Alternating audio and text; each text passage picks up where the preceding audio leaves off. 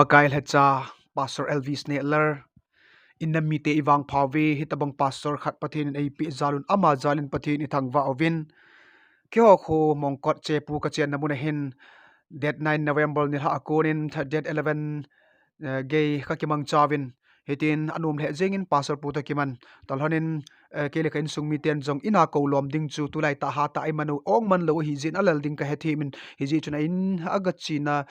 ke home crusade a bol na mun chun ke ho jong an kong ka ga pi win ka ko lo wangin ka ki phatlam na pathin e het pi in hitin pakai la cha pulung si de ka changin ka in mun ahung lungin iti jong ka ki pai tam ka in mun ahung chu hitin bible chang khat ka sim do no min Matthew bung som chang som lilani di ta ka sei pi na hi ve ka sei zui te la a aneu pin khat hi jing jong le sei zui a hi na ji a tui dap khon khat pi jing jong chu ki pa man a ki san te ding a hi ati lo pina pakai changan pakai la chapu ka ina ahunga tui vot khan khat hung don pi chu itiong ka ki pa he tam ke jong chan ka nei ding hi jin ama jan patin vel velin ka thang va in he di chun ki sei mo jing a hi jin taunan jong ko mote ti chu kanam mi te ka hin tip na hi win iwang phat nau ka hin se ya ama jala patin ka hin thang va tolhona ama la in sung mi te dam na nei jinguwa ha ta pathin tu akaljun son jing theina ding kain ngai cha jala taw na ngai chat kain phone pi a hi tal hanin tun Kachanu Chingthem a konin bible min ho an ngai lau hite Sim terbu pot do bu thim pu dan mem bu dan bu ni na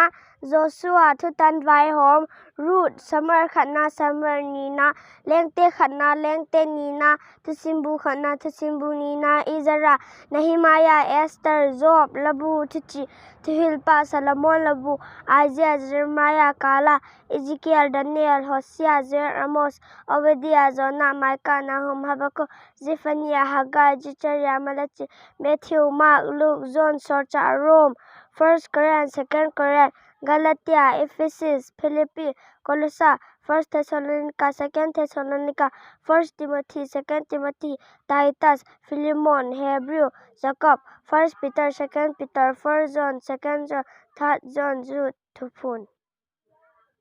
Bye bye kakipa e Kachanu zalin patin ka hin thang va in tolhonin mi pa kachan khom pi te ho zo se ka hin tip nom na in lum che wa cha te ho ta pathin thu bui pi hitin aji chu bible in ko hele thu sen pathin thu bo se han ati hin tolhonin proverb bung som la khat chang som la khat chun mi pha hon phat the bu ting khupi jong amin thangen mi gilo te kam tam jin khupin aman loi atin ye chun pathin thua umu hitin mo kam tam mo se ti hoi khupi man lo na thei hi ye chun ichian na buchi wa pathin thun kitilkhou tin pathin thun umu hite ti chu chomcha Pastor Elvis Nehlal to ka kiman cha na jong kain vat sa tolhona Kachanu in jong